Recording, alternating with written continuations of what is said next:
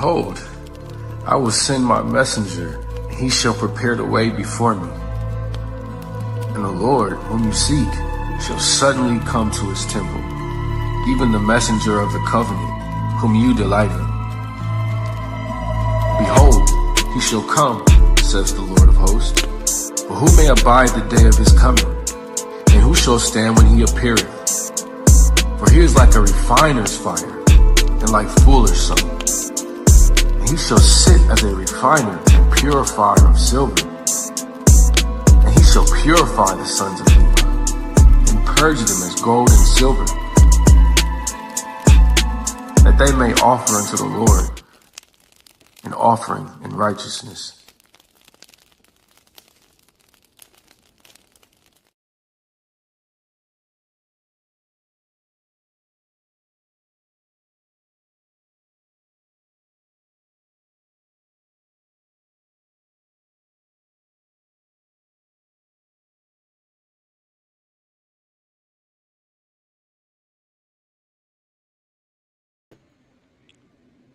Shalom, shalom.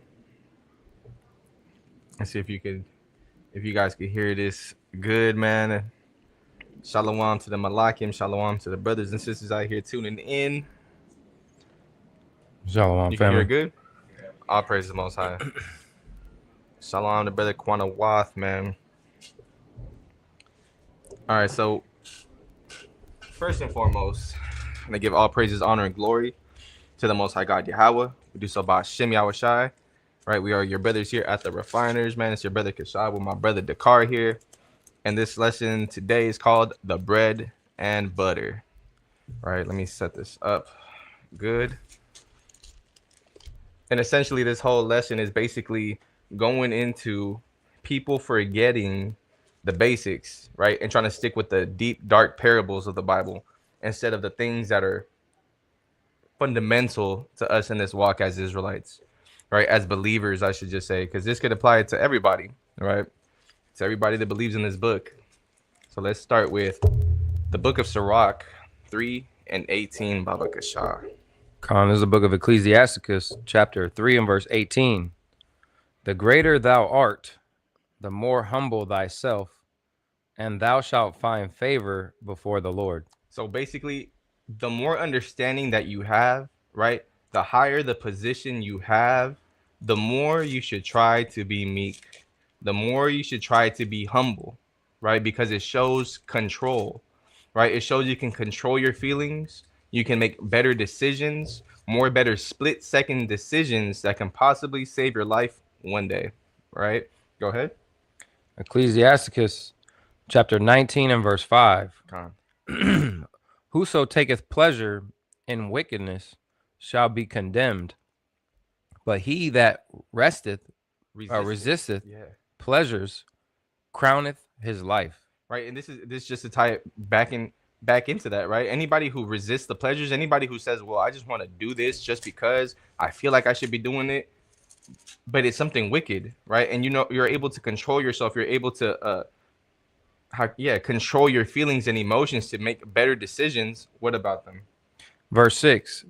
He that can rule his tongue shall live without strife, and he that hateth babbling shall have less evil. Right, and let's just get that precept to back that up right after that. Sirach 28:18. This is the book of Sirach, chapter 28 and verse 18. Many have fallen by the edge of the sword, but not so many as have fallen by the tongue. Right. Ultimately, your tongue, you're not able to control yourselves and control your emotions when you put them into words, right? When you bring them into the physical, can be your downfall, right? So many people have died over not knowing how to keep their mouths shut, right? Saying something before they thought about it, well, what could happen if things didn't go the way that I thought about it in my head, right? Or maybe you didn't even think about it, right? I was taught there's always someone bigger and badder than you, so you have to be careful who you talk crazy to, right? And the cold part is they don't have to be stronger or a better fighter. They just have to care less than you and crash out, right? That's just facts. Like, for example, here, let me make sure I don't lose where I'm at. Like, for example, like even everyday things, man, when we're driving, right? And some dude with a little beat up Nissan Sentra is coming up to you and it's all dented up and he's driving crazy, I'm not gonna about to sit there and try to mess with this dude because he obviously doesn't care, right? So that's, and you can have something way better than him, way nicer than him, but if he just cares less, he's gonna do the most because he has nothing to lose. Yeah, Prius drivers are the worst. Prius drivers, the new Yeah. Tesla drivers, same things.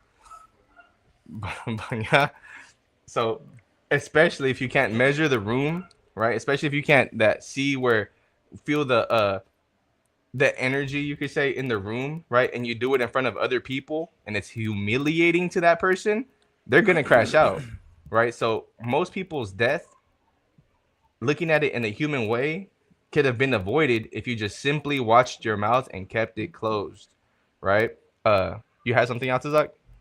No? Okay. Let's get Numbers 12. Come on, this is the book of Numbers, chapter 12 and verse 3.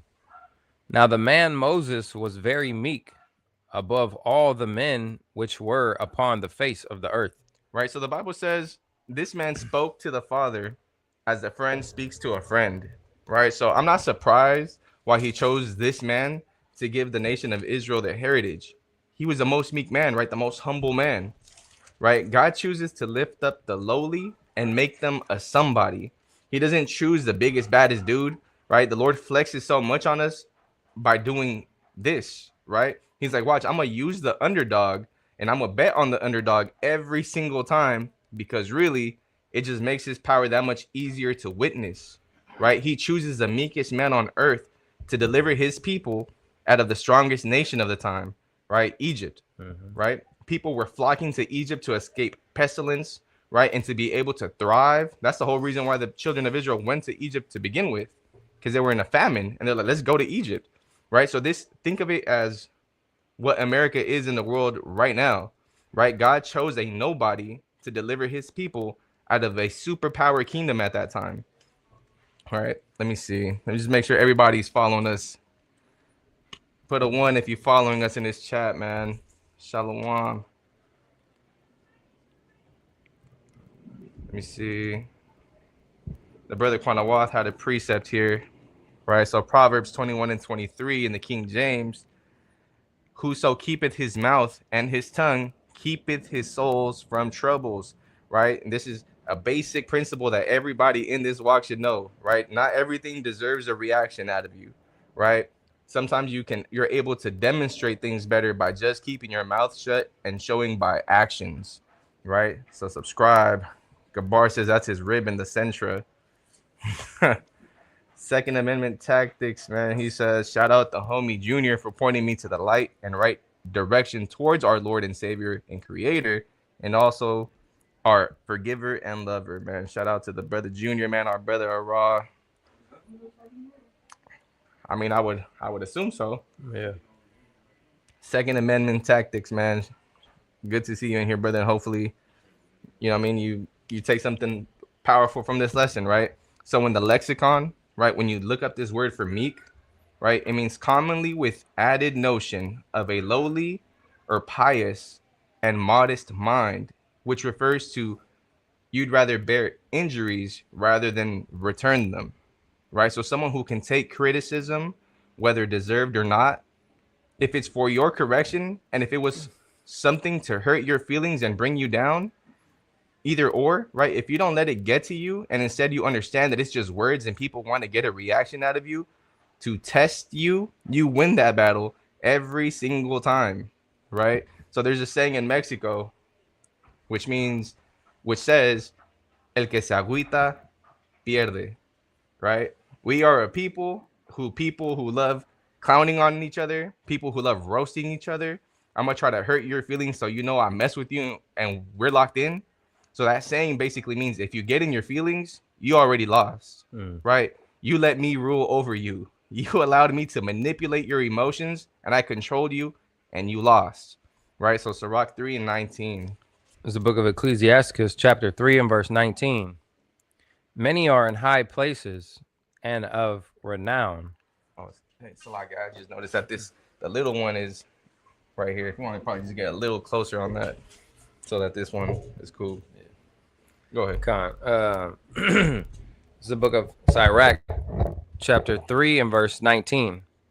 Many are in high places and of renown, but mysteries are revealed unto the meek. The mysteries are revealed unto the meek, right?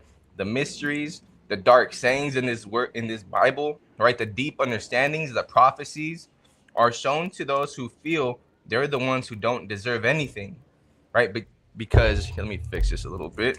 So just because you're put in a position to call shots or move pieces around doesn't mean that you're wise enough to understand what the Lord wants you to do, right? We see it all the times in politics today, right? We had George W. Bush as a president running the whole country, but with monkeys and cymbals clashing in his head, right? It says the mysteries of the Lord, right? The hidden knowledge, the Lord's will is revealed to those who are meek, those who think they are nothing, who would rather suffer than to cause damage to others, right? The humble ones. So let's get this in Daniel 2. It's the book of Daniel, chapter 2 and verse 2. Then the king commanded to call the magicians and the astrologers and the sorcerers and the Chaldeans for to show the king his dreams. Mm-hmm. So they came and stood before the king. And the king said unto them, I have dreamed a dream, and my spirit was troubled to know the dream. So in the context, right, this is Nebuchadnezzar, right? He had a dream he wanted to understand, and he went and he gathered all the most wise people of the land to get the understanding of what his dream meant, right? But there's a catch to it, right? Go ahead. Verse 10, the Chaldeans answered before the king and said, there is not a man upon the earth that can show the king's matter. Therefore, there is no king, lord, nor ruler that asks such things at any magician or astrologer or Chaldean. Right. So the Chaldeans, right, which goes back to meaning a magician, right? If you look that up in the blue letter, that's what it goes back to meaning, right? A Chaldean, but it's also a nation of people, right? But they're going into telling the king, basically, you're tripping, right? Who's gonna be able to do such a thing? Because the matter wasn't, well, I dreamt I was being chased by a lion, and what's this mean? It was a little more difficult than that, right? Get verse 5. Verse 5. The king answered and said to the Chaldeans, the thing is gone from me. If ye will not make known unto me the dream with the interpretation thereof, ye shall be cut in pieces, and your houses shall be made a dunghill. So basically, the king is like, look, I have a dream, but I don't remember what my dream is. And I need you to tell me what my dream was. And if you can't, I'm going to chop you up into pieces and I'm going to destroy your whole house, right? I can't remember this dream. Figure it out, though, right? You're wise. You're the most prominent people out here. Figure this thing out for me, right? So verse 11. Verse 11. And it is a rare thing that the king requireth. And there is none other that can show it before the king. Except who? Except the gods who are dwelling, whose dwelling is not with flesh. So the Chaldeans, right? And these are people, these are not Israelites, right? They're saying the only people who can reveal this thing to you is the gods, right? Plural, the gods. So they're like, we're not able to do this. The thing that you're requiring of us is above us, right? So verse 12. Verse 12. For this cause the king was angry and very furious, and commanded to destroy all the wise men of Babylon. So he's tripping. He's like, bro, what do you mean you can't explain my dream to me? Right? And even then, this is somebody who is tying it back to the original verse, right? Just because you're put in a position of power and authority doesn't mean you're wise. It doesn't mean you have understanding. This guy couldn't even remember his dream that he's tripping off of, right? Verse 16. Verse 16. Then Daniel went in and desired of the king that he would give him time and that he would show the king the interpretation. Right. So now we have Daniel come in, right? And he's like, okay, give me some time. I'm going to pray about this, right? Remember, he was going to die if he couldn't figure this thing out. So he's like, okay, give me time, right? My God is going to give me this revelation that you need, right? So let's just clarify it again. Sirach 3:19. Sirach 3:19, Ecclesiasticus. Many are in high place and of renown, but mysteries are revealed unto the meek. Unto the meek, right? Daniel wasn't out there talking about, look, I'm this great sorcerer, I'm this great astrologer, right? People just understood Daniel was wise and the Lord was dealing with him, right? Verse 26. Verse 26. The king answered and said, to Daniel. Salakia. The king answered and said to Daniel, whose name was Belteshazzar, art thou able to make known unto me the dream which I have seen and the interpretation thereof? Right? What Daniel say? Daniel answered in the presence of the king and said, the secret which the king hath demanded, cannot the wise men, the astrologers, the magicians, the sorcerers, or the soothsayers show unto the king? So Daniel is like, don't these people who claim to be wise and all-knowing, who claim to be powerful, figure it out for you? Right? We have accounts like this, and probably one of my personal favorites is Elijah, right? Rubbing in the face of the people who think they're somebody and being like, what happened? I thought your God was the one that was able to give secrets to everybody. I thought you were him, right? If you remember the story with Elijah, right, and all the prophets of Baal, right? They're like, okay, well, let's see whose God is real right now, right? Get something. I think it was a bullock, and they wet it, right? They poured buckets of water on it, and Elijah was like, well, cry to your God and have him burn it up right now. And nothing's happening, right? And Elijah's like, what happened? Where's your God? Is he gone away on vacation? Is he in the bathroom? What's going on, right? And Elijah, when it's his turn, bro, he has them bring, I think it's like 7 barrels of water poured on him. And the Lord rains down fire and burns this bullock, right? But it's this fact, the thing that I like is people understand these prophets right here are so powerful, but still at the same time are able to show other people, look, bro, your God is nothing with little things like this. What happened? I thought people were supposed to be knowledgeable. You're relying on me now? Okay. Right. So Daniel stands on, right? Did you get verse 28? Yes, I just finished verse 28. Oh no, wait. No. Okay, yeah. Verse 28 in Daniel 2.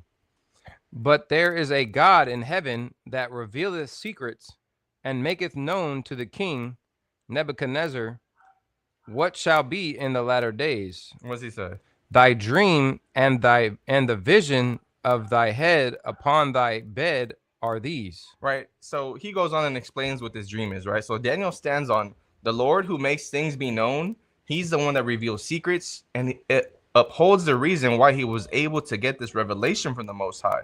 He was humble and meek. He didn't say, I'm this great guy, this and that. He said, listen, let me pray. Give me a little bit of time, and the Lord will reveal it to me, right? Let's just get this last verse right here.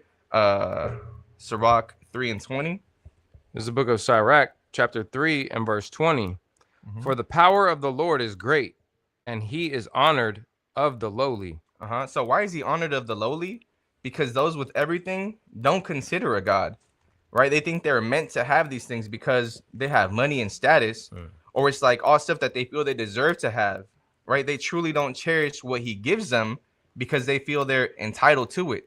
But those who have nothing are always appreciative of every single blessing that comes their way because they understand what it's like to have nothing. They understand what it's like to be at the very bottom because they understand they don't deserve it, right? Verse 21. There's a book of Ecclesiastes, chapter 3 and verse 21. Seek not out the things that are too hard for thee, neither search the things that are above thy strength. So, and this is what this lesson is about. And maybe, obviously, because there's so many verses we could go to, right? The bread and butter, right? The foundation in this walk is what we forgot about, right? We're reaching for things that are too hard for us to understand, right? And aren't able to control the things that we need to be focused on, right? So essentially, people are too worried about the deep parables and the mysteries of the Bible, right? Too worried about being deep, sitting there trying to force fit a puzzle piece that they have no idea where it goes. No, it's all right. Because they only know how to work on a 20-piece puzzle, and they're trying to put together those miniature 1,000-piece puzzles, right? Sometimes the simple things to do more, right? Sometimes you get further with simpler things, right? So I like making analogies, right? So think about it in boxing terms, right? If you practice a jab and understand that more than half the fight is going to be you moving and getting hit and throwing jabs, or not getting hit, my bad, and throwing jabs, you're going to be doing good in a boxing fight, right? But if you worry about just uppercuts, right, and you don't know how to bob and weave and throw jabs, maybe, right, you're just focusing on relying on a knockout, right? but you're going to get socked, right? And you're not going to be able to land as many punches by just doing that. And you won't get as many points from the judges. You're sitting there waiting on that knockout instead of solidifying the win slowly with the basics, right? You forgot the bread and butter, right? And we're going to get into that right now, man. Let me just make sure that we're on good. Let me see. Khan, good evening, brothers and sisters. Shalom. Shout out to this nice stream, learning and getting closer to our holy creator and lover, my Israelite brothers, man. Khan, I'm hoping everything looks good right now, right? Obviously, we're not at the school today. Tonight is Feast of First Fruits for us. So we're here at my house enjoying time with the brothers. And hopefully tonight, you know, we have a great night through the Spirit and celebrate Feast of First Fruits with everyone, right? Shalom. It bothers me if I say Jesus, I'm calling a pig Jesus. Delivered me. What am I supposed to say? Listen, let me look something up for you, right? Let me see. Blue letter. Watch this. Let me share my screen for you. Share screen. Hopefully this is able to be seen good. All right. Dismiss. So let's look for Shem, right? That's how you say name in Hebrew, right? So he's asking about the name of Jesus. So the first time we see this is Genesis 5:23. And Noah was 500 years old and begat Shem, right? Let me see how. There you go. Shem.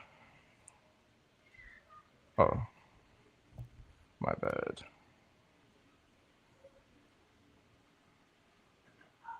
Shem. Say name, right? Shem, name.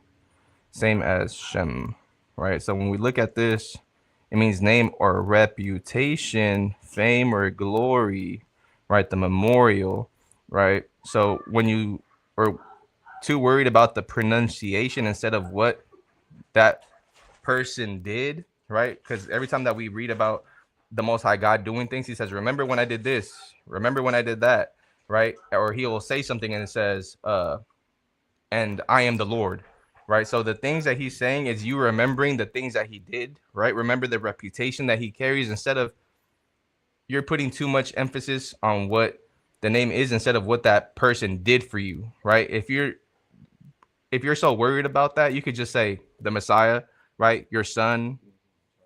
You said what again? Oh, Khan. So you could be worried, like, for example, like right now, people are tripping about, okay, the Most High God's name is not Yahweh, right? That's what I believe. The Most High God's name is Yahweh, right?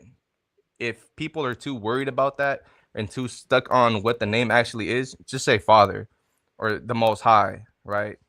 So if it bothers you that much, you can say Yahweh Shai, or you could just say Christ, the Messiah, right? The intention behind everything is everything, right? You can have the name proper, you can have the name down, but still be a trash. And what difference does it make for you to know the name, right? Shabbat Shalom, family.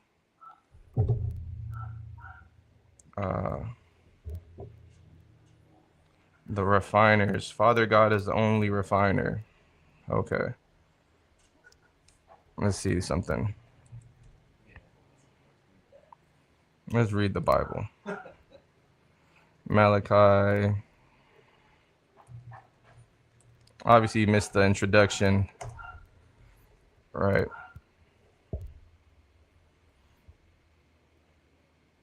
So let's see who's doing this.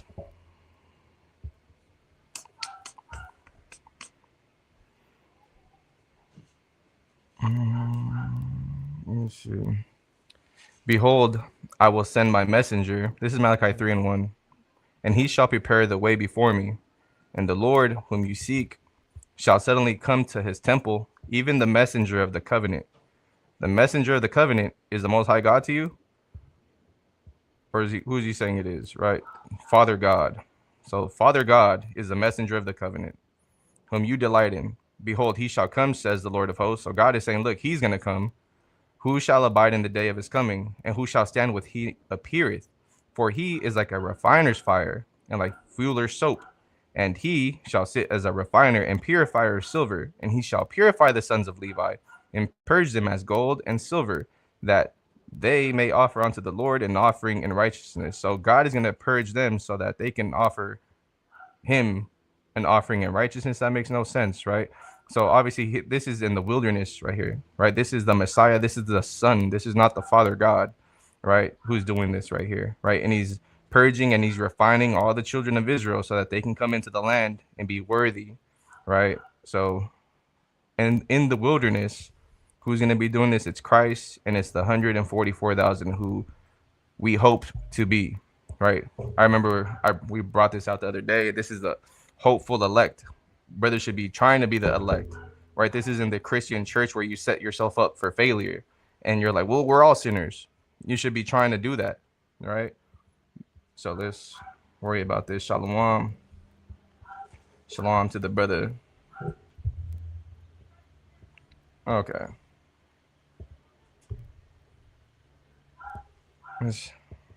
Let's how about you worry about the lesson, man? And this is essentially what the lesson is talking about, right? The guy said right here, what does Isaiah 6 say we call Jesus? People are too worried about the deep things that you obviously don't even understand, and you forget the basics, right? Call Jesus whatever you feel that you need to. But if you're being a sinner, what difference does it make to you in your walk, brother? Be real, right? So this is from the Cambridge English Dictionary, right? The phrase bread and butter is an idiom that refers to a person's main source of income, livelihood, or fundamental, right? Everyday necessity, right? The fundamental verses that you need to worry about, right? Go overlooked because you wanted some deep knowledge you weren't even ready for, right? The verses necessary for your walk in this truth that convinced you that you need to have faith in the Most High and obey him, right? Not worried about other things that you don't even have down yet with the foundation, right? The same verses that hit home for you to even look at this book in a different light. Instead, you're worried about the seals, the vials, the trumpets, the seven thunders. What happens when you get to the wilderness? What happens when you get to the wilderness? Where it happens? Who's going to be there with Israel? Who serves? Who doesn't? What do we do in the kingdom? Who gets to bring stuff in the kingdom? How about you worry about getting there first, right? Or even how could I say, or how you even need to be as a servant to get there to begin with, right? The foundation, right? Get Sirach 3:21 again. This is the book of Sirach, chapter 3 and verse 21.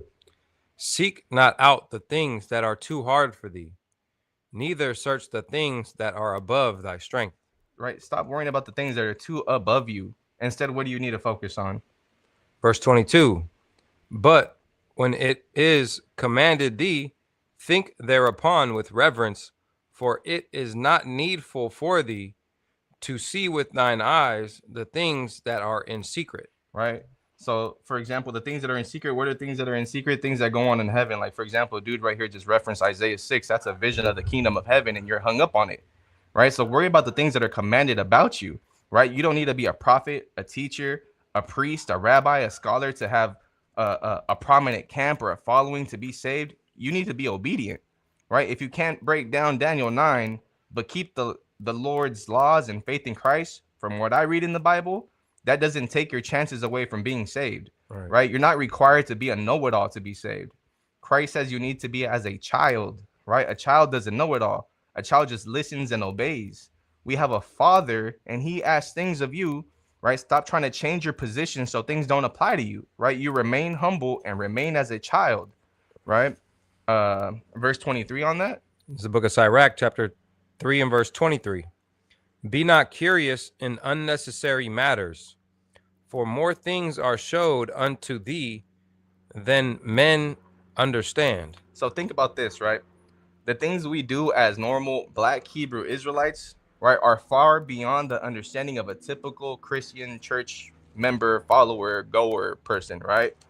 The keeping of the high holy days, right? The understanding of what Christ's death actually means for us, and cherishing his blood for being spilled for us is something the majority of people who read this book will never understand, right? Or even realize, right?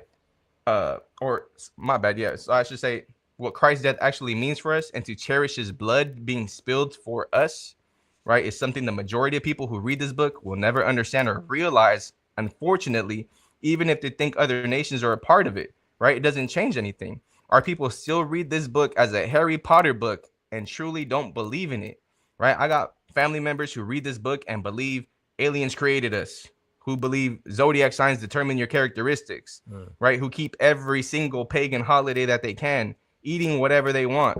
Like, I don't think we understand that we're reading the same book, but how did you come up with this, right? How come you can't see what I see? Because God isn't opening your eyes to understand what's playing upon tables, right? They look over the bread and butter that gives the foundation and go straight for the meat, go straight for something else, right? Trying to go straight for the deeper things, right? So, for example, when I first started reading this Bible, the first book that I ever read of the Bible was Job, right? Because my mom said she couldn't finish reading it because it was too hard. Man, it's so powerful. I can't finish reading it. It's too strong. It's too messed up, right? So I read it and I loved it, right? And the next book I ever read was the book of Revelation, right? Being like, well, if this is what the Bible's about, right? I want to see the crazy side of it. I want to see the deep, impactful stuff. Because in Spanish, the book of Revelation is named Apocalypse. So that's the name of that book in Spanish, the Apocalypse. I'm like, bro, I need to see what this is about, right? When I had zero business reading that, when I don't know a single thing else about the Bible, right? I didn't even know who Abraham, Isaac, Jake, none of that. I'm saying I want to go read about the end of the world, right? So I got 2%. Oh yeah, go ahead, other one. You gotta come a little closer. To the point where you were saying like you could if you over here you can't break down Daniel 9 or all these other prophecies and stuff, but you over here treating your people like dirt and can't even do the simplest of things. I got that verse in there for you. Yeah, Con, I got you. So this is the book of 1 Corinthians chapter 13 and verse 2 through 3 in the GNT. I may have the gift of inspired preaching. I may have all knowledge and understand all secrets. I may have all the faith needed to move mountains, but if I have no love, I am nothing. If I have all love, I am nothing. You want to break that down? Same thing, kind of the same thing you just said, huh? Yeah, it's more on that. Verse 3. I may give away everything I have and even give up my body to be burned, but if I have no love, this does me no good. Does me no good, right? So it's like, here, hold on. Say I don't know who the 24 elders are in Revelation chapter 7, chapter 2, right? Or I don't know how many weeks in Revelations or the vials and stuff like that. You may know all these things. You may know how to you may know everything in the Bible, bro. Know every single breakdown. But if your actions isn't proving these things and you're not showing your people love and you're not doing what is expected of you through where we see in Christ, like all that, that's for nothing. Like it just said right there, it ain't gonna do nobody no good. You want to get your precept yourself? Yeah, come. So this is a precept from Banya, Ecclesiasticus 11 verse 9 through 10. Strive not in a matter that concerneth thee not, and sit not in judgment with sinners. My son, meddle not with many matters, for if thou meddle much, thou shalt not be innocent, and if thou follow after, thou shalt not obtain, neither shalt thou escape by fleeing. You want to break that down? My bad. Yeah, come on. No, you good. I'll read it again and I'll break it down. Ecclesiasticus 11 verse 9 through 10. Strive not in a matter that concerneth thee not. Right. So a lot of times,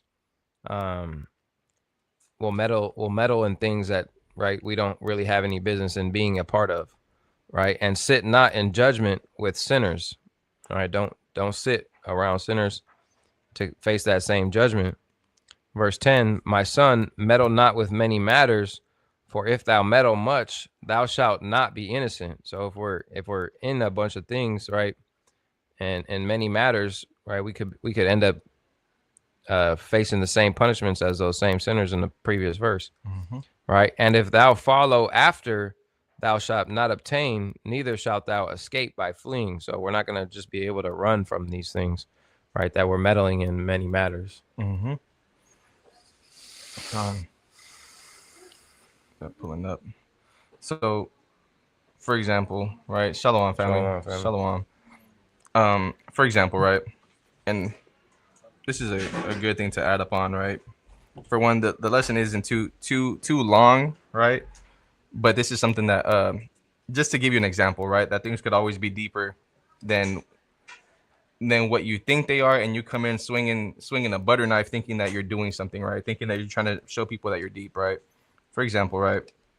I think the dude is referencing Isaiah 9, right? 9 and 6, right?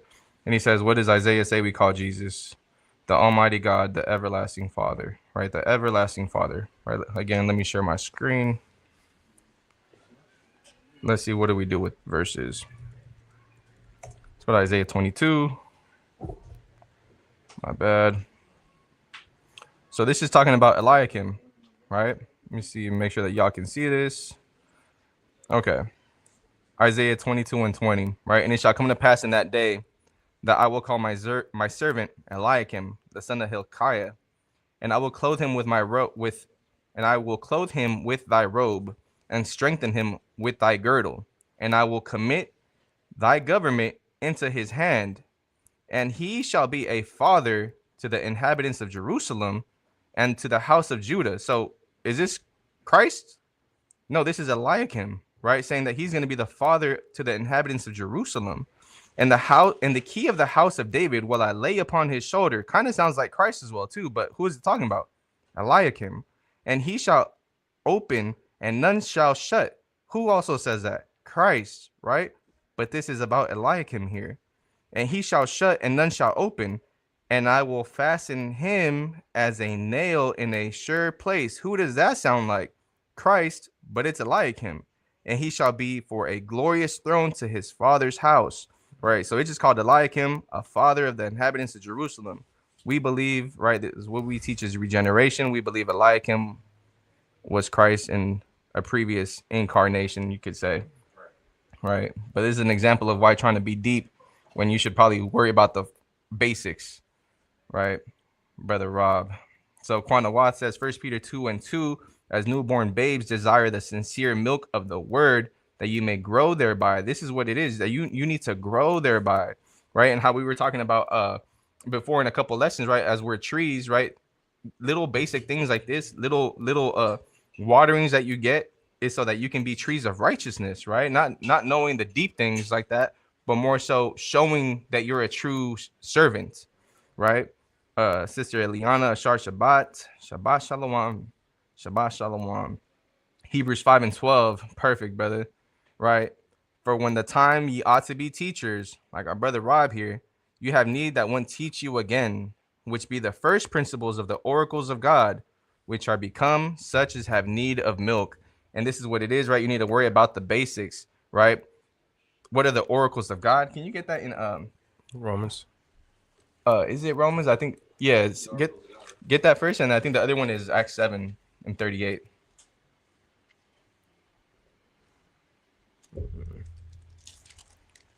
And not of strong, that have need of milk and not of strong meat. The brother then asked, how does one get saved? If you actually read the milk, then you would figure it out instead of worried about Isaiah 6. So this is the book of Acts chapter 7 and verse 38. And this is he that was in the church in the wilderness with the angels, which spake to him in the Mount Sinai. So when they were in Mount Sinai, what? And with our fathers, who received the lively oracles to give unto us. So the lively oracles are what? The laws, right? The laws of God, right? So I legit teared up. What did the sister say? I legit teared up the day it hit my heart what Christ went through for us: tortured, mocked, spit on, killed. Exactly. And it's about brothers understanding what Christ's death actually did for us, because we all need to understand that should have been us, right? And when you realize that that should have been you, you would walk differently, right? You would carry yourself differently as a believer, right? You wouldn't be out here just sinning willfully or just not caring whatsoever about sinning and saying, well, I could sin because everybody sins, right? Everybody's a sinner, right? You had something else, Zach? This is 1 1 Corinthians 3:2 in the NLT, I had to feed you with milk, not with solid food, because you weren't ready for anything stronger and you still aren't ready. And you still aren't ready. And this is the thing, man. Paul, is that you said 1 Corinthians? 3:2. 1 Corinthians 3:2, and that's the thing, man. Paul understood that these people in Corinth weren't ready for stuff like that, right? And even today, people struggle with everything in the Bible, unfortunately, right? And that's one thing that I myself had to learn early in this, right? One of the things, even today, right, where brothers would ask me something about Revelations or something like, look, I have an idea what it's going into, but it's not something that I'm spending my whole time studying, trying to figure out when we can't get everything else done right, right? I want to worry about the things that are affecting me today, here, right now, that I need to control and get under control to hopefully help me out in the future to even get to the kingdom where these things are going to start presenting themselves, right? So when the time that prophecies start kicking off, I should be good already, right? The scriptures say, I'm gonna people shall be hungry, but my servants shall eat. People shall be thirsty, but my servants shall drink. I'm trying to be that person who drinks, not worried about when that is gonna happen, right? I want to be able to eat in that day, not just know when it's gonna happen, right? So without love, we are bankrupt. I agree. Shalom, shalom. Right. Priest Ya'ash said that's Peter. Which one? The First Corinthians? Shalom, King. Shalom, bro. You got My another bad, one of Josh. I those? don't know which one you was You got talking another one of about. those? Was wondering, how do y'all go by studying the Bible? Like, is it better to read through first to last page or jump around? I mean, I would say if you're coming into this truth, if you're coming into studying the Bible, into reading the Bible, I mean, it wouldn't hurt to know the story from the beginning, right? Would I probably recommend people to start from Genesis? I don't know. Maybe it's a lot. That's what turned me away from the Bible, understanding genealogies and Methuselah this and Enoch this and this person lived whatever years. Me, if I were to have somebody to start in, or 1 Peter 4:11, the brother said, get 1 Peter 4:11 for the brother. Thank you, Josh. So I would say maybe Exodus, or maybe in the late of Genesis, where you kind of get the story finally going, like around the 20s, maybe, or 17, right? When Abraham 25 comes is in. when, oh yeah, 20s. Or 14, yeah, I think it's 14 when Melchizedek and then comes. So maybe around that time, the camera is rolling right there. Gabar, just be careful. It's a It's like a webcam right now. webcam. You good? You good? You're good. So I would say there, right? Get a good understanding of the whole story, how it goes, right? The history. And then I would say you can be able to jump around, right? We see examples. One of my favorite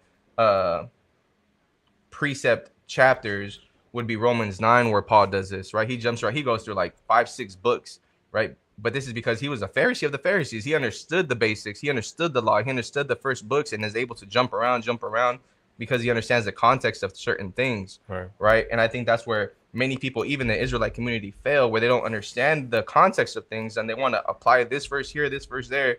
And then when someone with some understanding comes through, you look dumb because they're like, that's not what it's talking about, right? Let's get that in 1 Peter. 1 Peter 4 and chapter 11. If any man speak, let him speak as the oracles of God. If any man minister, let him do it as of the ability which God giveth. Right. So, right, when you're teaching people, do it with the things that God actually entrusted. And this is, I think, where people misconstrue what Paul's letters were, because he's not going in some things off of the law. He's going off of what these people need at that time. All right, this is my advice for you guys here. Go here. For everybody else that's learning for us, we would want to teach from you from the laws of God, because it's no longer my opinion. It's what God said that you need, right? You need the basics. You need this milk, right? Right. So let me see. So let's start with some of the bread and butter verses. And what I was thinking about doing, right, is moving forward is if we keep this little segment thing going, is going through verses through every book. And obviously there's plenty of verses in every book that you can go to be like, well, this is something that I learned when I came in and whatnot. But it's further understanding just the basic things and understanding that this can be of use for you right now because there's a lot of people getting tossed to and fro with doctrine, right? So let's get Genesis 32 and 22. This is the book of Genesis, chapter 32 and verse 22. And he rose up that night and took his 2 wives and his 2 women servants, Right, and this is Jacob, right? Go ahead. and his 11 sons, Mm-hmm. and passed over the ford Jabbok. Right, so he took his whole house, right, his 4 wives and his 11 kids, right, and passed over this river, right? Go ahead. And he took them and sent them over the brook, and sent them over that he had. And this is like a little beautiful gems in this, right? Like for example, Yatazak, what does Hebrew mean? You forgot? Gabar, you know what Hebrew means? He ain't paying attention. Well, not locked in. So Hebrew means crossed over, right? From beyond the river, right? So Jacob here is getting his whole house and he's crossing them all over this river, right? Verse 24. Verse 24. And Jacob was left alone, and there wrestled a man with him until the breaking of the day. And when he saw that that he prevailed not against him, What? he touched the hollow of his thigh, and the hollow of Jacob's thigh was out of joint as he wrestled with him. Uh-huh. And he said, let me go, for the daybreak. And he said, I will not let thee go except thou bless me. Uh-huh. What do you say? And he said unto him, what is thy name? And he said, Jacob. Mm-hmm.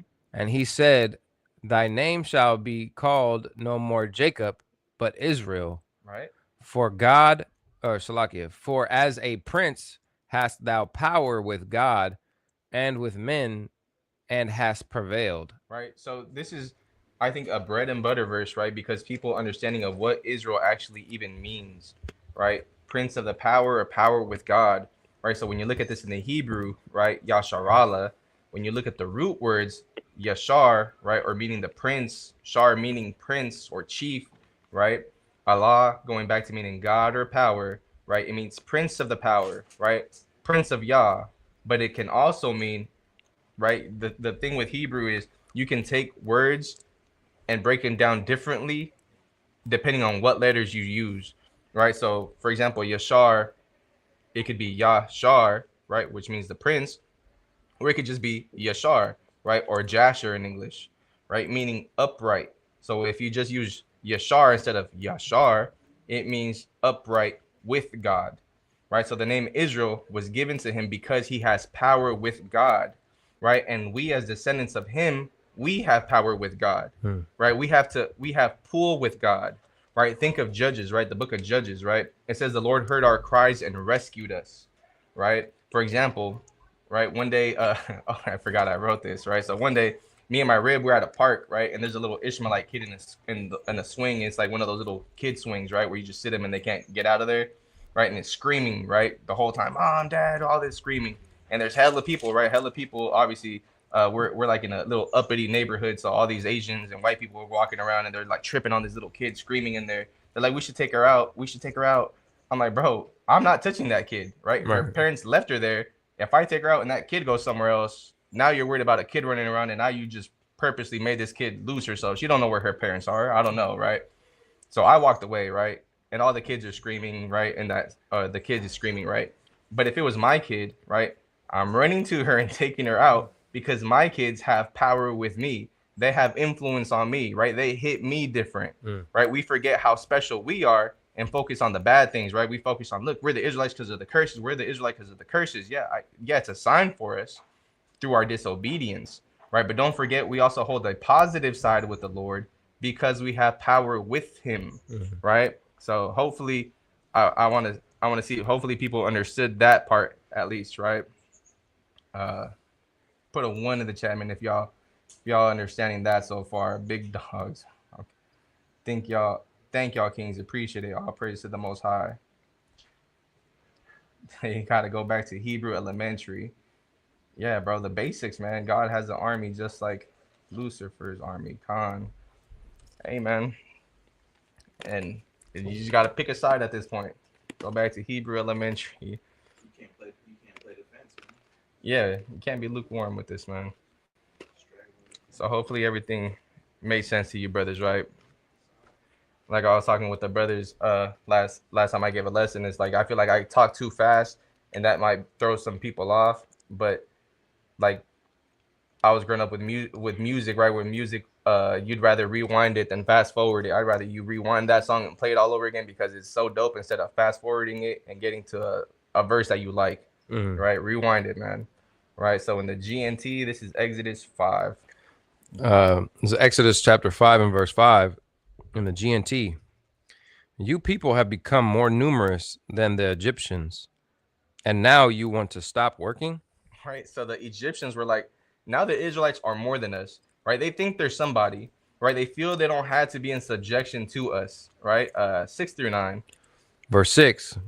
That same day, the king commanded the Egyptian slave drivers to the Israel foremen, stop giving the people straw for making bricks. Make them go and find it for themselves. So what they were doing originally, right, was they would bring all the materials to the Israelites and they'd put it together and make bricks to build these things, right? To build all these cities, right? Go ahead. But still require them to make the same number of bricks as before, not one brick less. So instead, we're taking things from you that are beneficial for you, that are helping you in this captivity, Right. and we're just going to make it harder for you, but we're going to require the same exact things, right? Go ahead. They haven't enough work to do, and that is why they keep asking me to let them go and offer sacrifices to their God. Right, get that last verse. Make these people work harder and keep them busy so that they won't have time to listen to a pack of lies. Right, and this is exactly the mentality that this modern day Egypt does to us, right? Keeping them busy so they don't have time to worry about God, right? Let's call God lies, right? Let's make fun of those people who actually follow God and push this propaganda of it's wrong to actually follow God, right? Be a free thinker, right? That's what they try to tell you.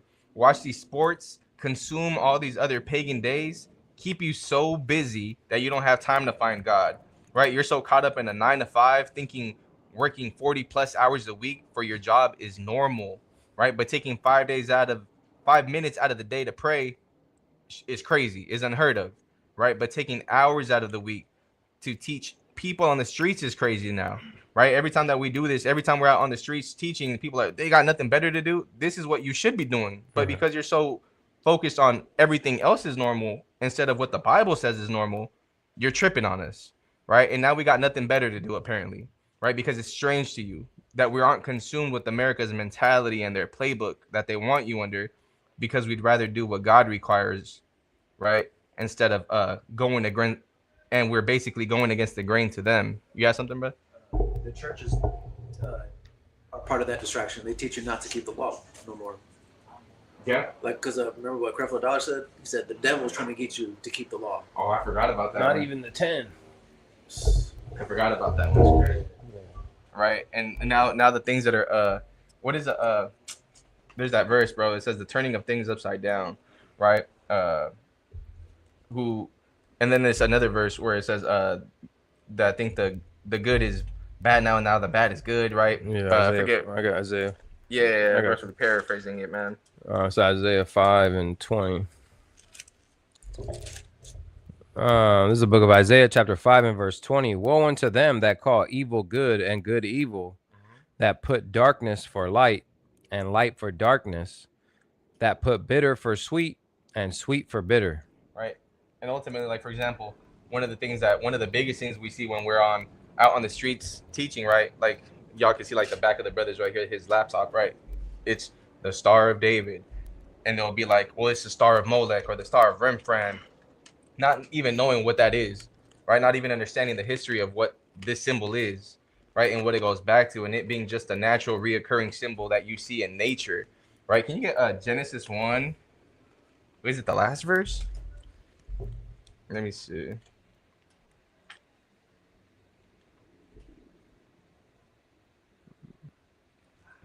Everything that was made is good. Verse 31. So book of Genesis chapter 1 and verse 31. And God saw everything that he made, and behold, it was very good. And the evening and the morning were the sixth day. Right. So when you see God's creation days, he'll create something, right, one day. And then it'll say, and it was good. And he saw it was good. At the very end, it says God saw everything that he did, and it was very good. Right. So when you see this symbol in natural reoccurring things, is because God made it that way and saw that it was very good. Right. I'm gonna give you an example. Like we see snowflakes, we see honeycombs. One of the first things that I learned as when I first became a dad, right, was when we took my wife to the hospital when her water broke. And for you sisters or you brothers that are parents, right, understand when they check the water to make sure it's not pee, right, they'll put it under a slab, right, under a microscope, and they'll check it under a microscope. And it's something called crowning, right? Crowning, I think it's called. And you look at it, and it literally looks like this symbol. That's the symbol that doctors understand. Okay, this isn't pee. This is the fluid that just broke from the what's it called, the bag. I forget what the bag is called, right? Placenta. The placenta, right? My bad. So it's water that came from there, and it symbolizes life. But now it's something wicked, right? The turning of things upside down, right? Calling good evil, right? Instead now of understanding what a rainbow is supposed to symbolize, now we understand that it's for this whole wicked community, right? When people see this, they think wickedness, but when you see a rainbow, you think what you shouldn't be thinking, right? You don't remember, oh, that's God remembering he's not going to flood the whole earth. If I had a rainbow sweater, you'd be like, I don't know, because I probably turned, I don't know, what the hell, right? There was this quote where I remember one time we were talking to these Christians, and they had a rainbow. It was rainbow colored letters on them. And it was a Psalms verse that says, pride cometh before destruction, right? But you're looking at it off rip, and you're like, first thing I thought of, I'm like, bro, it's fruity. But when I looked at the verse after, it's pride comes before destruction. I'm like, okay, I see what he's doing with that, right? He's using this community's symbol, right, when it's really God's symbol, and showing how wicked they are and that they're going to get destruction, right? You got something? Yeah, Wisdom of Solomon, chapter 4 and verse 12. For the bewitching of naughtiness doth obscure things that are honest, and the wondering of concupiscence doth undermine the simple mind. Right, the things that are honest, the things that don't that have a genuine or positive thing, and now you're turning it into something wicked. What verse was that? Wisdom of Solomon 4 and 12. One of the brothers threw Isaiah 29 and 16 on there. You can get that. Isaiah 29, 16. Dude says, nothing for snakes, demons, fallen angels, goats, or liars. Jesus Christ's finished work on the cross is for God's creation and of humanity that repents and daily walk closer and closer to Jesus' light. Great. Okay.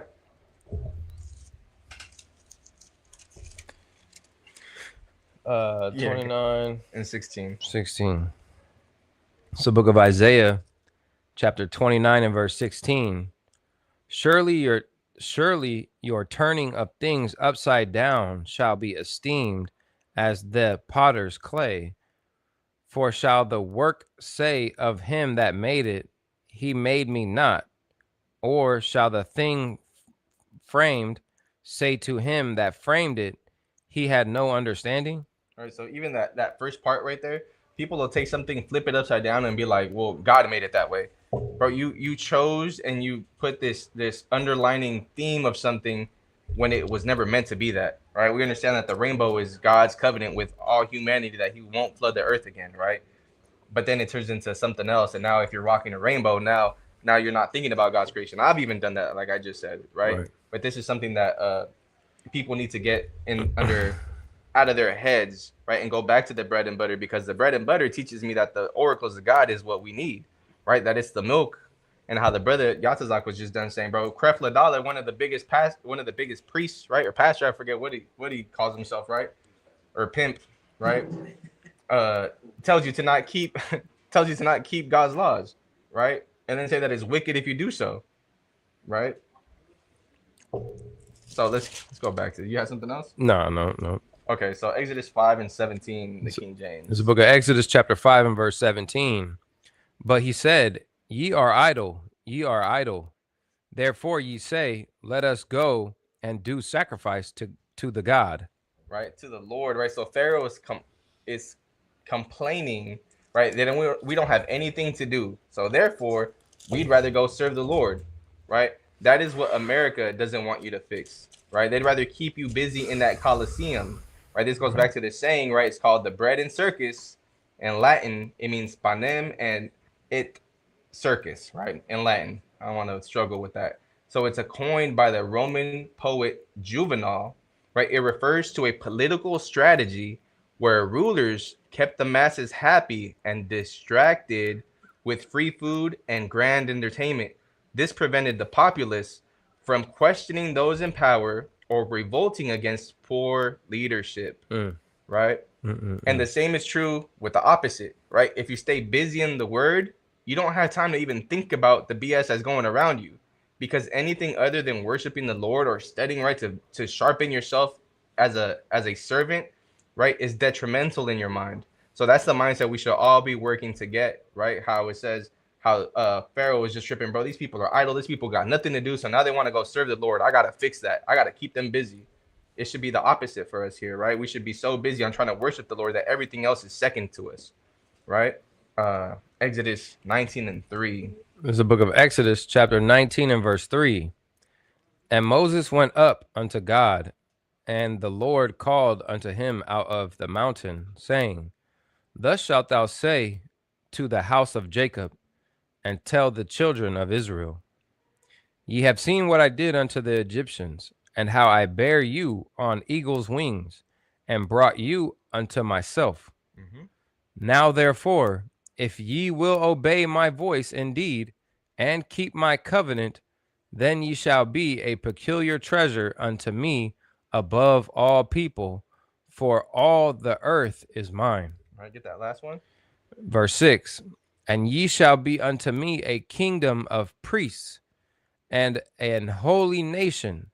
These are the words which thou shalt speak unto the children of Israel. All right, so the Lord commanded Moses to say these words to us, right? To remind us, look, I saved y'all, right? And because of this, just be obedient so I can put you where you belong, above everybody, right? Be that set apart nation for me, because nobody else has me. Nobody else understands what I require except for you. You have power with God. Make use of it. And why do we bring these things up? Like I'm saying, there's so many different doctrines going on right now that people forget the basics. If people just remembered the basics, you would understand God is dealing with Israel, right? Anybody that wants to cling onto you is doing just that, clinging to Israel, right? They're not replacing you, right? I want to make sure that people understood that, man. All right, we're good. Sister Lily says, Khan. All right, so since it's Yatazak, what does Deuteronomy mean? Second law, right? So if it means repeated law or second law, where is the first place that we read the blessings and the curses of Deuteronomy 28? You don't remember? Ilon, where is it? What is it? Leviticus 26. Leviticus 26, right? All of Leviticus 26, right? So understanding that there are things written in Leviticus that hits harder when it first was said to us instead of when it was repeated to us, right? Most people don't know Deuteronomy 28, right, is a repetition. There's some things that are in Deuteronomy 28 that aren't written in Leviticus 26, though. Right. I want to make sure that we understand that. But we first read that in Leviticus 26, right? So let's get Leviticus 26 and 45. Leviticus chapter 26 and verse 45. But I will, for their sakes, remember the covenant of their ancestors. See how it doesn't talk about because another nation is crying out and doing that, I'm going to remember the covenant I made with them. No, it's specific people here. The basics. This is what's going to keep you founded when something tries to come and blow you off that foundation, right? Go ahead. Starting from the top. But I will, for their sakes, remember the covenant of their ancestors, whom I brought forth out of the land of Egypt in the sight of the heathen, that I might be their God. I am Yahweh. Right. So remember, the Lord made a covenant, right, and a promise to our ancestors, right, and will uphold his side of the bargain, right, when he saved us on eagle's wings from Egypt in the sight of the nations, right? He didn't save the Edomites. He didn't save the Ishmaelites. He didn't save the Moabites, the Amorites, whatever you want to call it, right? All these other people. First, worry about the foundation and understand everything, the whole earth's peace in the whole earth is consistent or reliant on Israelites getting it right. Right. Right. So in the sight of others to be our God, in this one, it's understanding Leviticus 26 even exists, right? That's why I'm saying it's the bread and butter, because people forgot about this, right? We go straight to Deuteronomy 28 and forget that that's the repetition of it, right? So go to the first source as well, right, brothers? Leviticus 26, right? Let me see. People is good. We're good. All right, go ahead with that next one. Numbers 24 and 14. There's a book of Numbers, chapter 24 and verse 14. That's a lot, yeah. Why I put this as a bread and butter. Obviously, these things aren't bread and butter maybe for everybody, but for me, it definitely was, because this was when I started reading the book, right? The first thing that ever tripped me out was Genesis 25. When I started reading it as a book, right? I got to Genesis 25, and Jacob and Esau was born, right? And God says that he hates Esau. And then later I see Jacob supplanting that blessing from Esau, right? And then he doesn't get a blessing. Now he gets cursed. And I'm like, bro, I'm tripping. I'm like, why have I ever even heard of Esau before? That's messed up, right? I'm in my head, I'm reading. So like, yeah, as soon as I'm reading these things, I'm tripping. I'm like, bro, that's they did him dirty. I never heard about this guy, right? So then I started Googling, right, on YouTube. Oh, who's Esau today, right? And the first thing that it took me to was it's the Arabs, right? So I'm like, all right. So I started looking into those things, right? But then obviously I found, One West teachings were teaching that Esau is Edomites, right? I mean, Caucasians or Europeans and whatnot. The next thing that it brought me into was Numbers 24, right? When I got to Numbers 24, and every time I bring this up, I say this because it's the truth, right? When I read Numbers 24 and I see different curses going off to different nations, the first thing that I thought of was, what about us? Who are we? What? Because obviously there's curses to other people. What about the Mexicans, right? Where do I fall under God's judgment then? Right. So this is a bread and butter for me, right? 24 and 14. This is the book of Numbers, chapter 24 and verse 14. And behold, I go unto my people. Come therefore, and I will advertise thee. With this people shall do to thy people in the latter days. Mm-hmm. And he took up this parable, or Salakia, and he took up his parable and said, Balaam, the son of Beor, hath said, and the man whose eyes are open hath said, he hath said, which heard the words of God, and he knew the knowledge of the Most High, which he saw the vision of the Almighty, falling into a trance, but having his eyes open. Right. What's he say? What's this heathen say? Verse 17. Oh, and Salakia. And also this further proof the distinction between people, right? When you read about Balaam, people would say, right, he's prophesying here, right? When you look at that word on there, he's saying a song. That's what it says, a song. And it later calls Balaam, it doesn't call him a prophet, it calls him a soothsayer, right? Because the prophets, we understand, only come from the lineage of Jacob. All right, go ahead. Numbers chapter 24 and verse 17. I shall see him, but not now.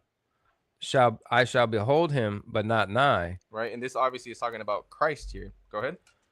There shall come a star out of Jacob, and a scepter shall rise out of Israel, and shall smite the corners of Moab, and destroy all the children of Seth. Right. So for that first part, right, where it says, the first part right there where it says about the smite the corners of Moab, we understand David did that as well, right? And he's having Edom as a possession, right, in number 18 that we're about to read. But he didn't destroy all the children of Seth, right? So this could be, you could say it's a double prophecy, right, that David fulfilled some of it, but we understand Christ is ultimately fulfilling this whole thing on here, right? So verse 18. Verse 18, and Edom shall be a possession. Seir also shall be a possession for his enemies. And Israel shall do valiantly. Valiantly, right? Valiantly.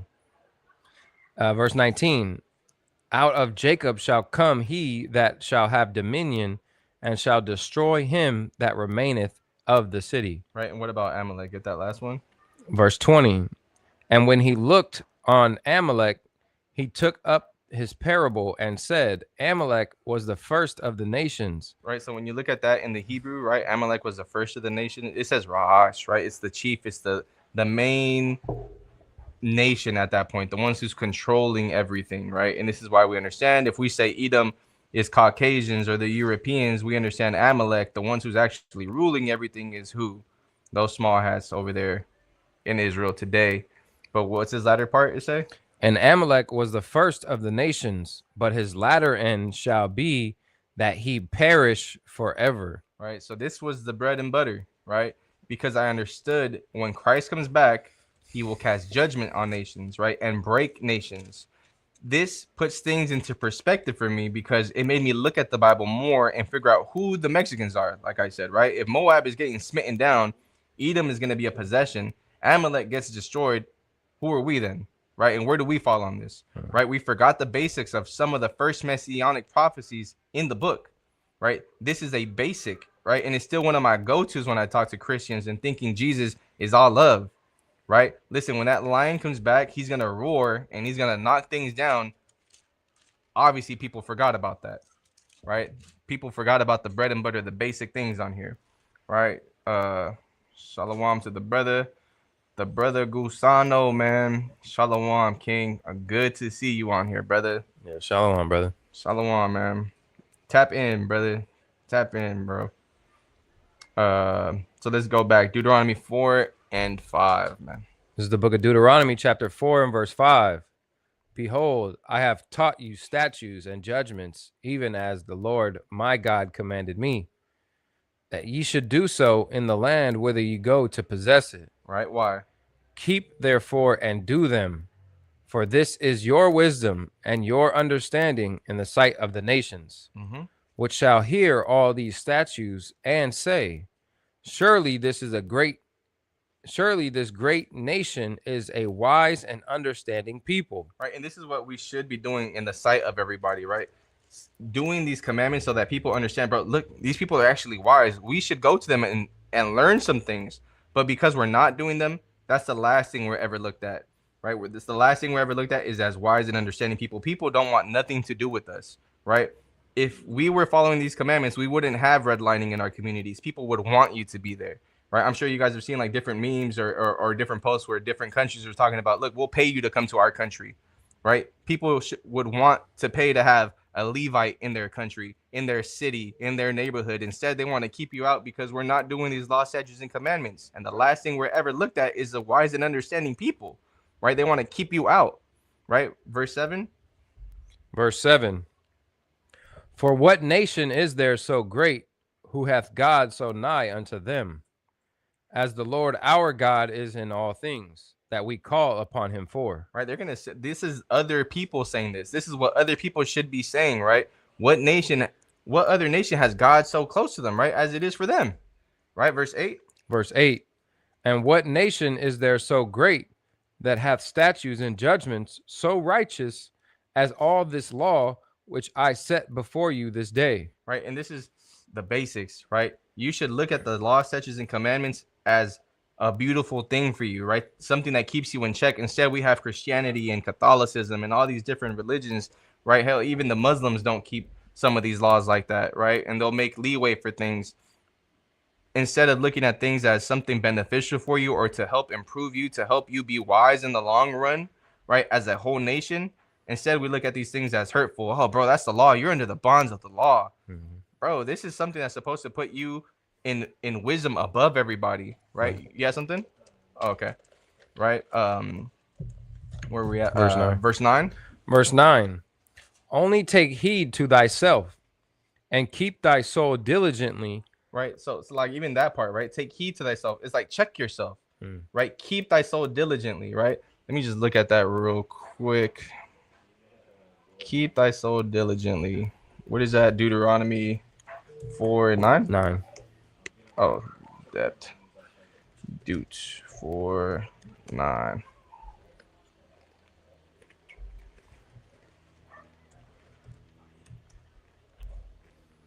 There we go.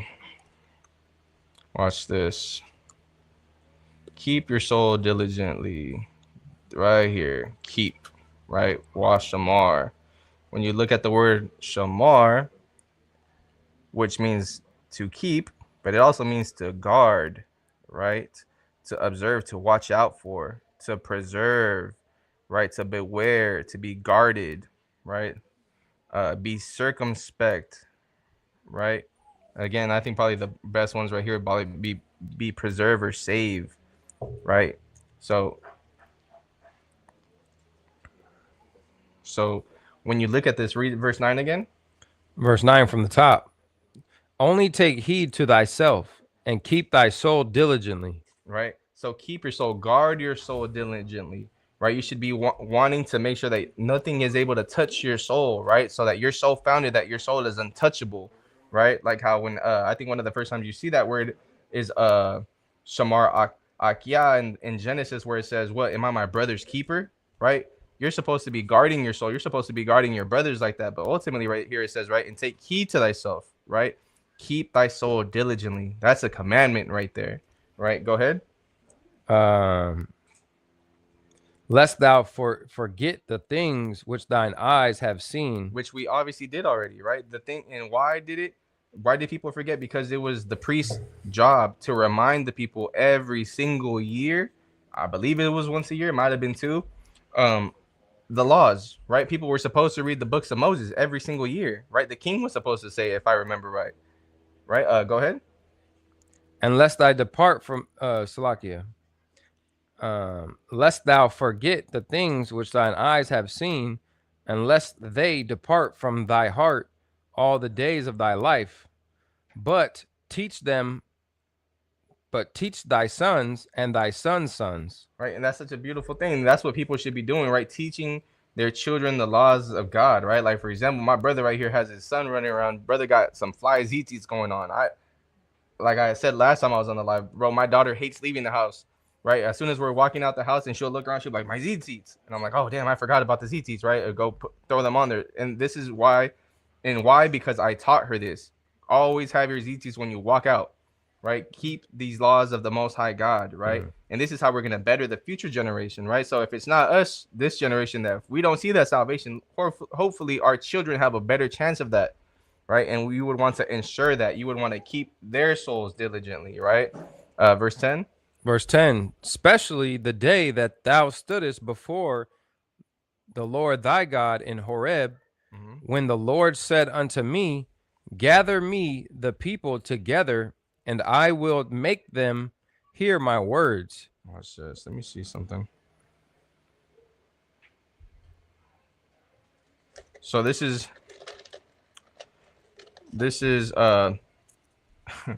like if people had the bread and butter, right? If people had the basics down, you wouldn't get tripped out on Deuteronomy 29, right? Because you would understand these are different covenants in this point, right? If you read Deuteronomy 29, and for all you brothers who have eyes to see and ears to hear, you would understand that Deuteronomy 29 throws a lot of people off, because people will say, oh, see, it's the same covenant, same covenant. 29:1 says, these are the words of the covenant which the Lord commanded Moses to make with the children of Israel in the land of Moab, besides the covenant which he made with them in Horeb. So when you read this, this is a whole different covenant than the one that we just read about right here in Deuteronomy 4. If I remember right, Deuteronomy 4 is actually going back into Exodus 24, right? Because Deuteronomy is a repetition on here. So read that that part right there, verse 10. Verse 10 in Deuteronomy 4. Especially the day that thou stoodest before the Lord thy God in Horeb, when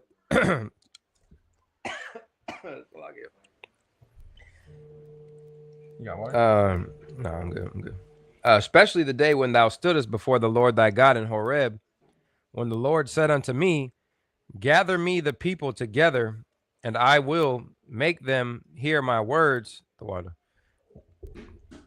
that they may learn to fear me all the days that they shall live upon the earth, and that they may teach their children. That's an important thing, man. Our children should be learning these things, especially you, as even if you're just barely learning it yourself, right? Teaching your families, right? I think that's a big part that the community is missing, and we're just talking about this with the brothers yesterday through the Spirit, right? Is incorporating families into this, right? Bringing families and understanding that, bro, this is all we got. We got each other. We're all up against this spirit, right? That's trying to keep us down. And it's up to us to remember these things, right? Remember these commandments so that we can be put back above everything, right? So that we can get put in a position to where we can prosper finally, right? And have everlasting life. Well, when you look at it, right, that word haya or kaya, meaning life, prosperity, right? That's what we should all want for our people, right? And if someone wants to cling on to you, bro, that's fine too, right? But just understand nobody is replacing you. Right. Why? Deuteronomy 7 and 6. It's the book of Deuteronomy, chapter 7 and verse 6. For thou art an holy people unto the Lord thy God. The Lord thy God hath chosen thee to be a special people unto himself, above all people that are on the face of the earth. Right. And it wouldn't be that the Lord delivered the Israelites from the Egyptians, but brought the Egyptians out too, and now made them above everybody else because they're clinging with you. No, it's the Israelites. Right, and the people who clinged on to them, they're doing just that, clinging on to you. You're clinging onto something like, for example, right? You get knocked off a boat, right? And you have a life vest, right? Think about the people who are clinging onto that life vest. Right. Aren't the life vest? The life vest is the thing that's keeping everything else above, and people want to cling onto you, right? People should be looking to the Israelites like that. You should be a light to the nations, because at the end of the day, that's exactly what we're gonna be. Right. But before that, the last thing I'm going to do is tell people that they're missing out on the judgment that the Lord said is going to happen to them. Right. Because they're definitely not replacing Israelites in the way that, for example, the Israelites sinned. Now they got to go into judgment because the Lord said that. The Lord said that this nation is going to have a judgment. They're not better than the Israelites, and they will receive judgment. Right. So verse 6 again. Verse 6 in Deuteronomy 7. For thou art an holy people unto the Lord thy God. The Lord thy God hath chosen thee to be a special people unto himself, above all people that are on the face of the earth. Mm-hmm. The Lord did not set his love upon you, nor choose you, because ye were more in number than any people, Right. for ye were the fewest. Oh, yeah, con. Right. So we will never be good enough as a nation doing works, right? Having the faith to have everyone in good standing in this kingdom, right? We have horrible leadership that fails the community, right? Thinking we deserve things instead of being grateful and remembering we are really only here because the Lord keeps his promises, right? The Lord didn't choose you because you did all these great things. He chose you because, again, remember the beginning. If you're just tuned in, go back and watch it again, because we were the underdog, and God chooses the underdog every single time, right? The Lord is funny, man. He works against the odds. Right, verse 8. Verse 8. But because the Lord loved you, and because he would keep the oath which he hath sworn unto your fathers, hath the Lord brought you out with a mighty hand, and redeemed you out of the house of bondmen, from the hand of the Pharaoh king of Egypt. Right, get that last verse. Verse 9. Knowing therefore that the Lord thy God, he is God, the faithful God, which keepeth covenant and mercy with them that love him and keep his commandments So when? to 1,000 generations. Right, and to sit here today in Babylon in this captivity, right, and think that God's commandments are done away with, right? That is why God isn't faithful to you anymore, right? Because you messed up that whole relationship. You're not keeping your end of the bargain, right? You're not keeping your end of this covenant that you literally agreed to back then. Right, and you still want this mercy. You want this mercy, but right there it says, "And mercy with them that love him." Right, and our people simply forgot what loving the Most High God is. Right, if you could get that real quick, I'll get this precept from the brother Tribe of Issachar, man. Shalom Israel, we got next con, brother. Right, so Revelation 14:12, the brother put, "Here is the patience of the saints. Here are they that keep the commandments of God and faith and the faith of Jesus." Right, simple. Straightforward, right? The patience of the saints. These are people who keep the commandments of the Most High God, right? Those are two things. I don't know if the guy is here still watching, what things you need to be doing to be saved in that day, right? It's not being deep. It's not being a prophet. It's not being all these things, right? Keep the commandments of the Most High God in faith in Christ, man. Right? Go ahead with that. This is the book of 1 John chapter 5 and verse 2. By this we know that we love the children of God, when we love God and keep his commandments. Right? It's that simple, right? So like if you do that, you will have mercy with him, right? And his love, right, and mercy up to 1,000 generations. Go ahead. For this is the love of God, that we keep his commandments, and his commandments are not grievous. Right. So if the word says the commandments aren't grievous, but you're over here tripping off of them and looking at the commandments as some type of how it even says in the word, right, as shackles onto you, right, instead of something that's supposed to keep you straight. Everything that's one thing about life, man, it's about your perspective on things, right? We were talking about this a couple weeks ago with one of our brothers, Shalah, right, about is peace even achievable in this kingdom, right? And of course, everything is going to be working against you in this, right? It's always going to be harder. It's always going to be an uphill battle, but your perspective on things, right? The way that your outlook on life is. If you're sitting here tripping, like we were talking last night, right?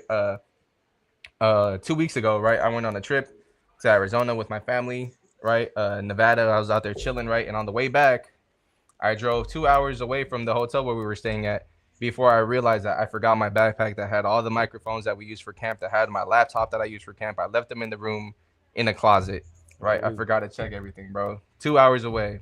And I'm sitting there. I'm like, bro, I called them. They're like, yeah, it's still here. We can ship it to you if you want. I'm like, bro, that backpack weighs like 30-40 pounds. That's going to be crazy. I'm like, you know what? I don't have to work tomorrow. I'm going to drive back and get it. 2 hours, right?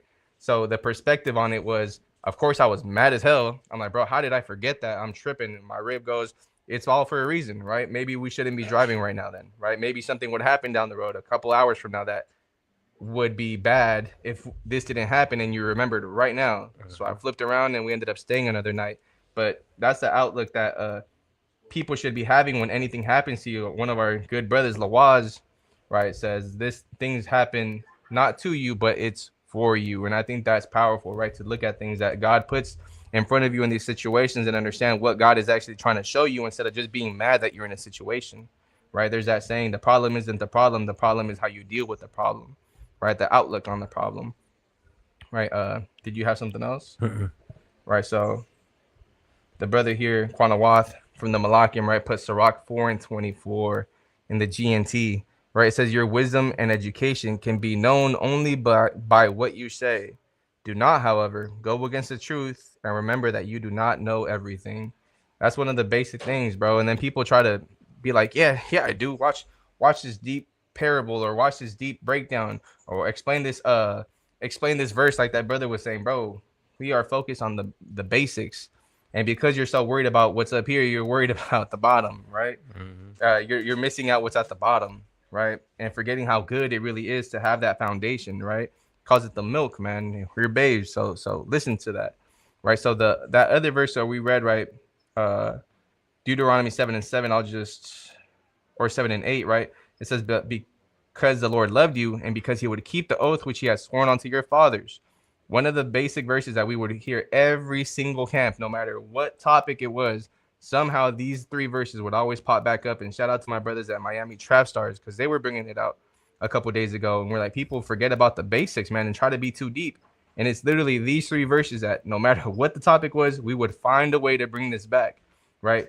But we don't hear these verses in camp no more. We don't hear these verses in breakdowns no more because people forgot the basics and want to be deep, right? So Malachi 3:6. It's the book of Malachi, chapter 3 and verse 6. For I am the Lord, I change not. Therefore, ye sons of Jacob are not consumed. Right. So God said that His laws were what we needed back then. Right. Understand God does not change. Right. But the deeper part of it. Right. And the thing that goes over people's head on this is that because God doesn't change, we are still here because of the oath that He made with our ancestors. Right. That's the whole context of it. It's not just that God doesn't change. See, therefore, I don't know, whatever, be like, see, if I had to wear fringes back then, I had to wear them now. Although that is true, the context of the whole thing is we are still here because God doesn't change and He keeps His word, right? Unlike you guys. And that's the problem, right? What's the scripture? Matthew 5:48. Is that Be perfect? Yeah. Get that one. Matthew 5:48. Be ye therefore perfect, even as your Father which is in heaven is perfect. Right. So if you're supposed to be like the Father and the Father doesn't change, lock in, man. Right? Lock in, brother. It should be that simple. Another verse that we would always hear is Isaiah 1. Right. Let's get Isaiah 1. You want me to start at verse 2 or start with 1? 2 is fine. This is the book of Isaiah, chapter 2, or Salakia, chapter 1 and verse 2. Hear, O heavens, and give ear, O earth. All right. The 2 witnesses. Go ahead. For the Lord hath spoken. I have nourished and brought up children, and they have rebelled against me. Mm-hmm. The ox knoweth his owner, and the ass his master's crib. But Israel doeth not know, my people doeth not consider. Right. This was a bread and butter. Every single camp, Isaiah 1 and 3 would come out. See, Mhm. a donkey even knows who his owner is, but you don't even know. The basics of this is what people need to understand and go back to. Right. Stop trying to be so deep, because people get lost in this water. People don't have their floaties. Right. You need to stay in the kiddie side area for most of these people. Right. Keep going. Verse 4. Ah, sinful nation, a people laden with iniquity, a seed of evildoers, children that are corrupters. Mhm. They have forsaken the Lord. They have provoked the Holy One of Israel unto anger. They are gone away backward. Mm-hmm. Keep going. Verse 5. Why should you be stricken any more? Look at this point right here. Go ahead. Ye will revolt more and more. He's saying, why should I keep smiting you? Why should I keep chastising you? You're going to get even worse and worse. What? The whole head is sick, Uh-huh. and the whole heart faint. So you're, bro, from the top of the leadership to the bottom, right? The whole energy that you're bringing out, the whole soul of this whole nation is just off. Go Mhm. ahead. From the sole of the foot, even unto the head, there is no soundness in it, But what? but wounds and bruises. But wounds and bruises. Watch this. Let me try to find this. Where is this at? Wounds and bruises and what? And putrefying sores. He's saying y'all are doing ugly right now, right? So, but this is why the foundation is so important, right? If you understand that it's talking about Israel, then you will have no doubts to what Christ came to do, right? This is Luke 4:18, right? It says, "The Spirit of the Lord is upon me, because He has anointed me to preach the gospel to the poor. He has sent me to heal the brokenhearted, to preach deliverance to the captives, the recovering of the sight to the blind, and to set at liberty them that are bruised." Right? And who is the bruised right here in this context? It's the people who don't even consider, the people who don't even acknowledge, right, who they are. Israel, right? What's the next verse say on that? Finishing out verse 6. They have not been closed, neither bound up, neither mollified with ointment. Verse 7. Your country is desolate. Oh, that's fine. That's fine. Sorry. Right, but that's why I'm saying when you have a foundation, these other things won't throw you off. You're able to put things together. If this is talking about Israel and Christ came to heal the brokenhearted and the bruised and the captives, and we understand that the Israelites were going to get led away captives into all nations, you're able to put the scriptures together, and you're not going to get knocked over with dumb doctrines and be tripping and questioning yourselves. Right? Hosea 4 and 6. This is the book of Hosea, chapter 4 and verse 6. My people are destroyed for a lack of knowledge. Bro, like how Rob was saying, bro, we would hear this every single camp at least 10 times. Every single conversation I come up here, bro, and we understand why we're messed up as a nation is because of this. Yeah. Right? One more time. Verse 6 in Hosea 4. My people are destroyed for a lack of knowledge. Because thou hast rejected knowledge, And where do we see that? What our knowledge and understanding was? The laws. Right. Right? What we just read. Because you rejected the laws, what? I will also reject thee, that thou shalt be no priest to me, seeing thou hast forgotten the law of thy God. I will also forget thy children. Right. And this is, like I'm saying, this is the bread and butter, guys. This is the basics. This is what I feel that people need to go back to. Stop trying to be so deep. Stop trying to give people meat only as the only food that they have. And give them the milk that they actually need, bro. These people need to be on Gerber, right? Where are the breakdowns to building people up? Where is that at? People need to be doing that, right? And if you have any questions where we're at with it, we made a playlist a couple days ago of all our sit down lessons that we have. I believe this would probably be number 23, through the Spirit, man. And may the Lord keep helping us do this for you guys, to help build you guys up in the things that we feel are essential to you, right? The things that help you reflect and examine yourselves to see if you truly are walking in the Spirit, right? And all around it is Christ and the law, right? Because that's what our people need in these days, man. And make sure to check out our documents that we've been putting out through the Spirit, man. We got another one coming on the way on free will, so stay tuned for that, man. Ooh, watch this, man. Are you logged into this the Google Docs on here? I don't think so. Ooh. Yeah. So watch this.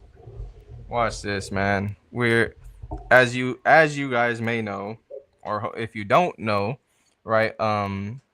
We have two documents that we previously put out, right? And right on for reminding us as a brother Ilawan.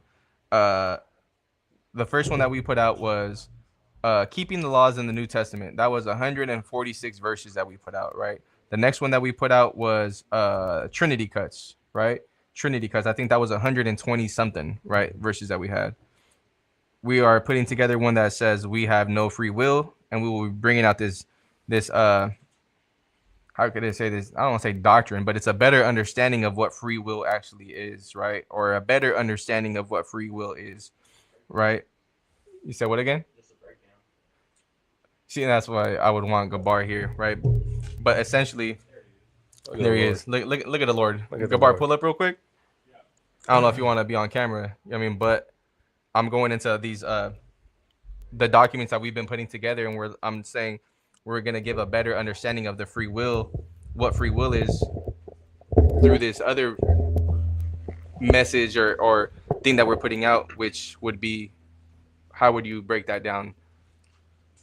So it's a little definition called limited agency, right? Which is the ability to make limited moral decisions, even if they're predestined, right? Just to summarize it, to make it sound more easier, is you have the choice to do better, right? No more saying that you can't do better and blaming the Most High for it, because that's his actions. Because in Ezekiel 18, the Most High says that men choose what they choose to do.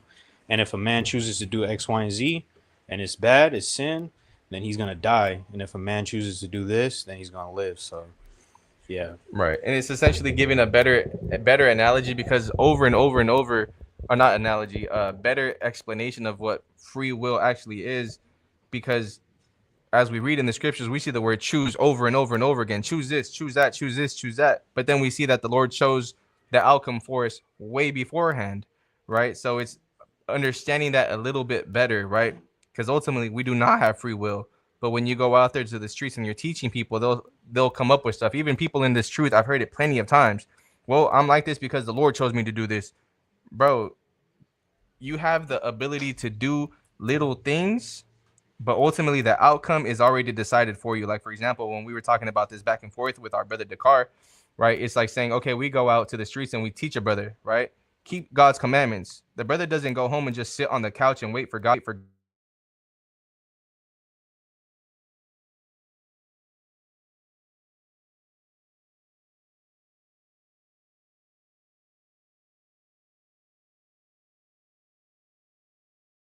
chat.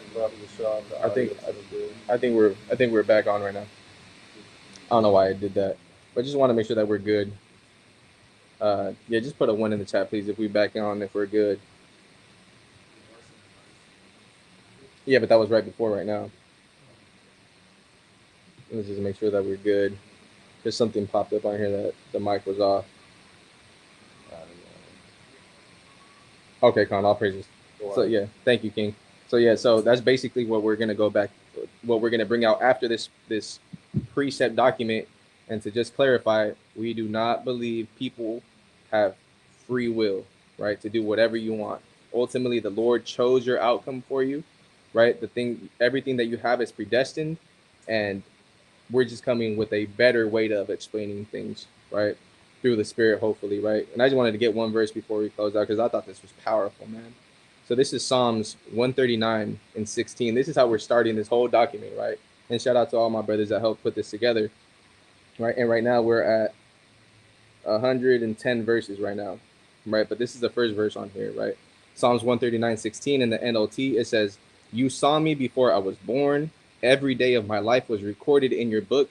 Every moment was laid out before a single day had passed, right? And I think that's so deep, right? Like everything that you go through, all the good moments, all the bad moments, all the things that make you sad, the Lord says, look, this day, this brother is going to be going through this. This day, this sister is going to be going through this. And I'm going to test her this way this day. And I'm going to test him this way. And ultimately, this is how he's going to pass or whatnot, right? Every single moment was laid out before us. We do not have free will. Maybe, I don't know, a couple more weeks, maybe like 2 more weeks, we'll have a little bit more solid of a document for you brothers to check out, man. So, and sisters, right, Con. So yeah, man, I hope you guys enjoyed this lesson. Tonight we are observing the Feast of First Fruits, right? We over here devouring some fruits out inside the house, man. We're about to congregate with the brothers. Hopefully you brothers and sisters, right, if you are celebrating First Fruits tonight, you enjoy it yourselves through the spirit and power of Yahweh B'Shem Yahweh Shai, right? I want to say shalom, man. Oh.